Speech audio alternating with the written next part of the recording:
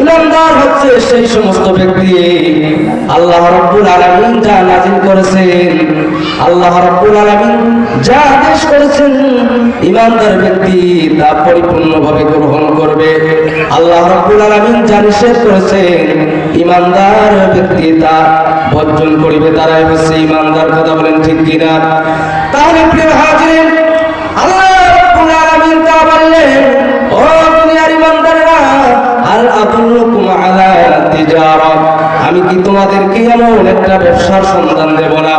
আমি কি তোমাদেরকে এমন একটা ব্যবসার সন্ধান দেব না যে এই ব্যবসাটা করলে তোমাদেরকে জাহান্নামের আগুনে যাওয়া লাগবে না? বলুন সুবহানাল্লাহ।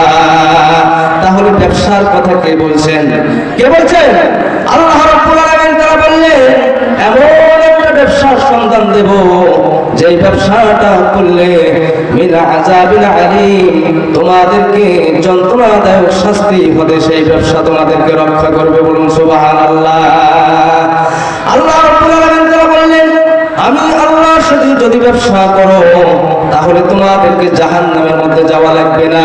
আমরা কি জাহান্নামে যেতে চাই কি চাই না? আমরা কি জাহান্নামে যেতে চাই? আমরা সকলেই জাহান্নাম থেকে বাঁচতে চাই, কিন্তু জাহান্নাম থেকে বাঁচার জন্য আমরা চিন্তা করি না, চেষ্টা করি না। জাহান্নাম কত ভয়ানক! আল্লাহ রাসূল সাল্লাল্লাহু আলাইহি ওয়াসাল্লাম বলেছেন, ওয়ালাউ কিদালান নারি আলফাসানাতিন হাত্তা ইহমারু সুম্মা উকিদা আলাইহা আলফাসানাতিন হাত্তা ইবয়াদাত সুম্মা উকিদা আলাইহা আলফাসানাতিন হাত্তা ইসওয়াদাত ফাহিয়া সাওদাউ মুজলিমা।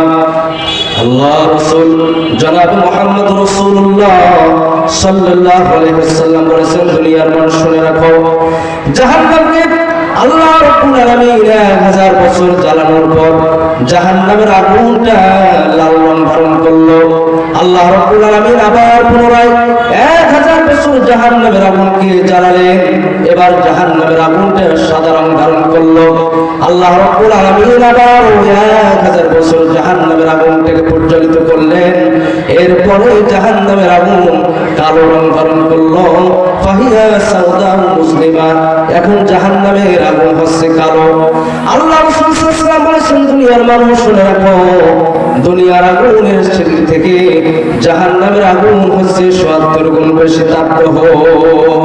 তাহলে প্রিয় হাজিরিন, জাহান্নাম থেকে যারা বাঁচতে চান তাদেরকে ব্যবসা করতে হবে আল্লাহর সাথে।